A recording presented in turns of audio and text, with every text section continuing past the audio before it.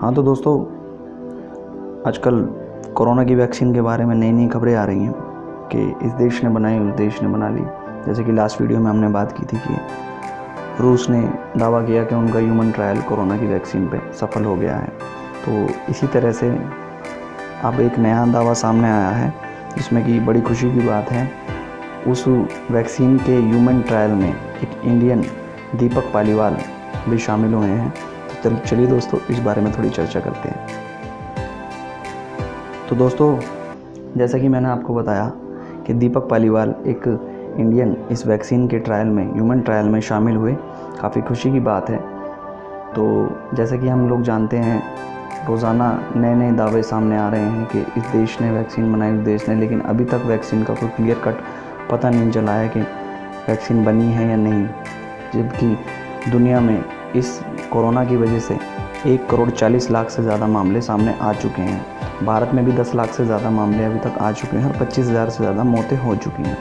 तो इसी बात को देखते हुए भारत भी अपनी पूरी तैयारी में है इस वैक्सीन को बनाने के लिए। तो लंदन की एक प्रसिद्ध यूनिवर्सिटी ऑक्सफोर्ड ने इस वैक्सीन पे ह्यूमन ट्रायल शुरू किया और कुछ दिनों पहले उसमें ह्यूमन ट्रायल में एक भारतीय दीपक पालीवाल नाम के शख्स भी शामिल हुए। एक इंडियन न्यूज़ एजेंसी को बताते हुए उन्होंने बताया कि मुझे इस वैक्सीन के ह्यूमन ट्रायल के बारे में अपने दोस्त से पता चला, तो उन्होंने पता चलते ही इसमें शामिल होने की इच्छा जताई। उनका कहना था कि मुझे भी डर था कि नई वैक्सीन को अपने इस तरह से शरीर पे यूज़ करवाना ठीक नहीं है, क्योंकि इसके कोई विपरीत प्रभाव भी आ सकते हैं। जबकि उनका मानना बिल्कुल ठीक है।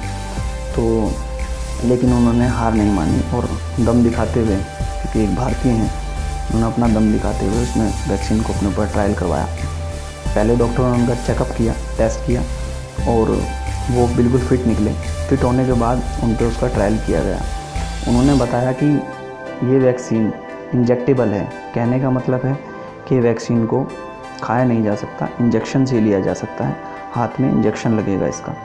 तो जब उन्होंने इंजेक्शन लगवाया तो उनका कहना था कि इंजेक्शन के बाद थोड़ा सा हाथ में दर्द हुआ, बाकी फिर कुछ नहीं हुआ और वैक्सीन का तकरीबन पहला ट्रायल सही निकला।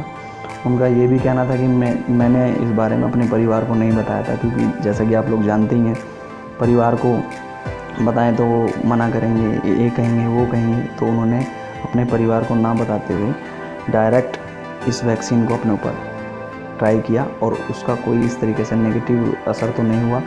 तो पहला ट्रायल इसका सफल रहा। उनका ये भी कहना था कि मेरे परिवार को पहले जब पता नहीं चला था तो मैं काफ़ी डर रहा था, लेकिन जब उन्हें पता चला तो वो भी काफ़ी खुश हुए और उन्होंने कहा तूने बहुत अच्छा काम किया है।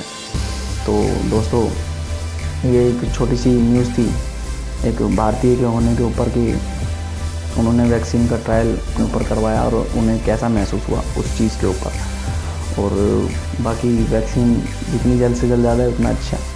अब इसमें दूसरा पहलू अगर हम देखें तो दूसरा पहलू तो यही है कि जितना जल्द से जल्द इसकी वैक्सीन आए उतना अच्छा, क्योंकि देश में भी आज जब मैं ये वीडियो बना रहा हूँ तब 25,500 से ज़्यादा मौतें हो चुकी हैं और 10 लाख से ऊपर इसके केसेस चले गए हैं। भारत तीसरे नंबर पर आ गया वर्ल्ड में, ब्राज़ील और अमेरिका के बाद।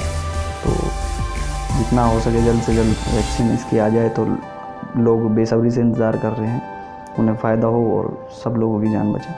बाकी मैं हूँ आपका दोस्त अंकित और आप देख रहे थे हमारे चैनल सिक्के का दूसरा पहलू। Thanks for watching. Please like, share, comment because we are new. Thank you दोस्तों।